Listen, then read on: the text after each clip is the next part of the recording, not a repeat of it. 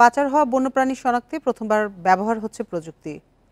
RFID নামের এই পদ্ধতিতে প্রাণীদের শরীরে লাগানো হয় মাইক্রোচিপ, যেখানে থাকে বিশেষ শনাক্ত নম্বর।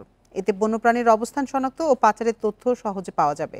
এটি আন্তর্জাতিক আদালতেও প্রাণীর পরিচয় ও ইতিহাস প্রমাণ হিসেবে উপস্থাপনযোগ্য বলে দাবি বন বিভাগ ও প্রাণী গবেষকদের। বান্ডেল থাকলে প্রতি সেনমানিতে টাকা বাঁচবে। বিকাশ সেনমানি বান্ডেল কিনে জিতুন প্রতি লেনদেনে। প্রতিষ্ঠার পর থেকে এ পর্যন্ত 52,000 বন্যপ্রাণী উদ্ধার করেছে বন্যপ্রাণী অপরাধ দমন ইউনিট। এর বেশিরভাগই পাচারকারীদের কাছ থেকে আনা, যার মধ্যে স্তন্যপায়ী, উভয়চর ও পাখি প্রজাতির কিছু প্রাণী প্রকৃতিতে ছেড়ে দেওয়া হয়, যা পরে আবারও পাচারকারীদের কাছে ধরা পড়ার সম্ভাবনা থাকে। প্রাণী পাচারের চেষ্টা প্রতিরোধে এবার 6টি মুখ পোড়া হনুমান ও 20টি ময়ূরের দেহে স্থাপন করা হয়েছে মাইক্রোচিপ।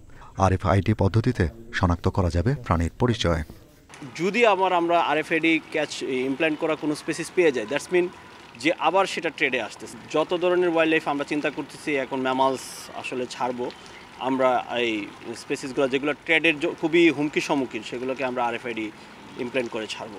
পাচার হওয়া প্রাণী উদ্ধার হলেও এর পরিচয় ও মালিকানা নিয়ে জটিলতা দেখা দেয়। নতুন এই প্রযুক্তিতে প্রাণীর আগের অবস্থান, বিশেষ নম্বর, চিকিৎসার ইতিহাস এবং আইনি তথ্য যাচাই করা সম্ভব। প্রাণী বিভিন্ন দেশে পাচার হয়, কিন্তু পার্শ্ববর্তী দেশগুলো কিন্তু সেগুলি তারা স্বীকার করে না।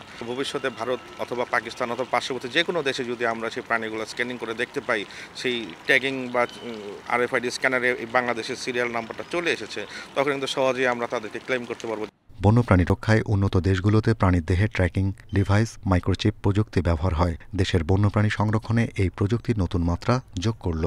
তাদেরকে পুনরায় সেখান থেকে আবার ভিন্ন খাতে প্রবাহিত করা বা ভিন্নভাবে পাচারের চেষ্টা করা, এই চেষ্টাটিকে প্রতিহত করবে বা স্বচ্ছতার মাধ্যমে উদ্ধারকৃত বন্যপ্রাণীকে তার প্রাকৃতিক আবাসস্থলে পুনরায় ফিরিয়ে দেওয়া এখানে একটি গুরুত্বপূর্ণ ভূমিকা পালন করবে। আপাতত 5,000 মাইক্রোচিপ পাওয়া গেছে, যা বিভিন্ন উদ্ধার কেন্দ্র, সাফারি পার্ক এবং রেঞ্জ অফিস পর্যায়ে ব্যবহার হবে। Shahriar Anirban, independent news, Dhaka.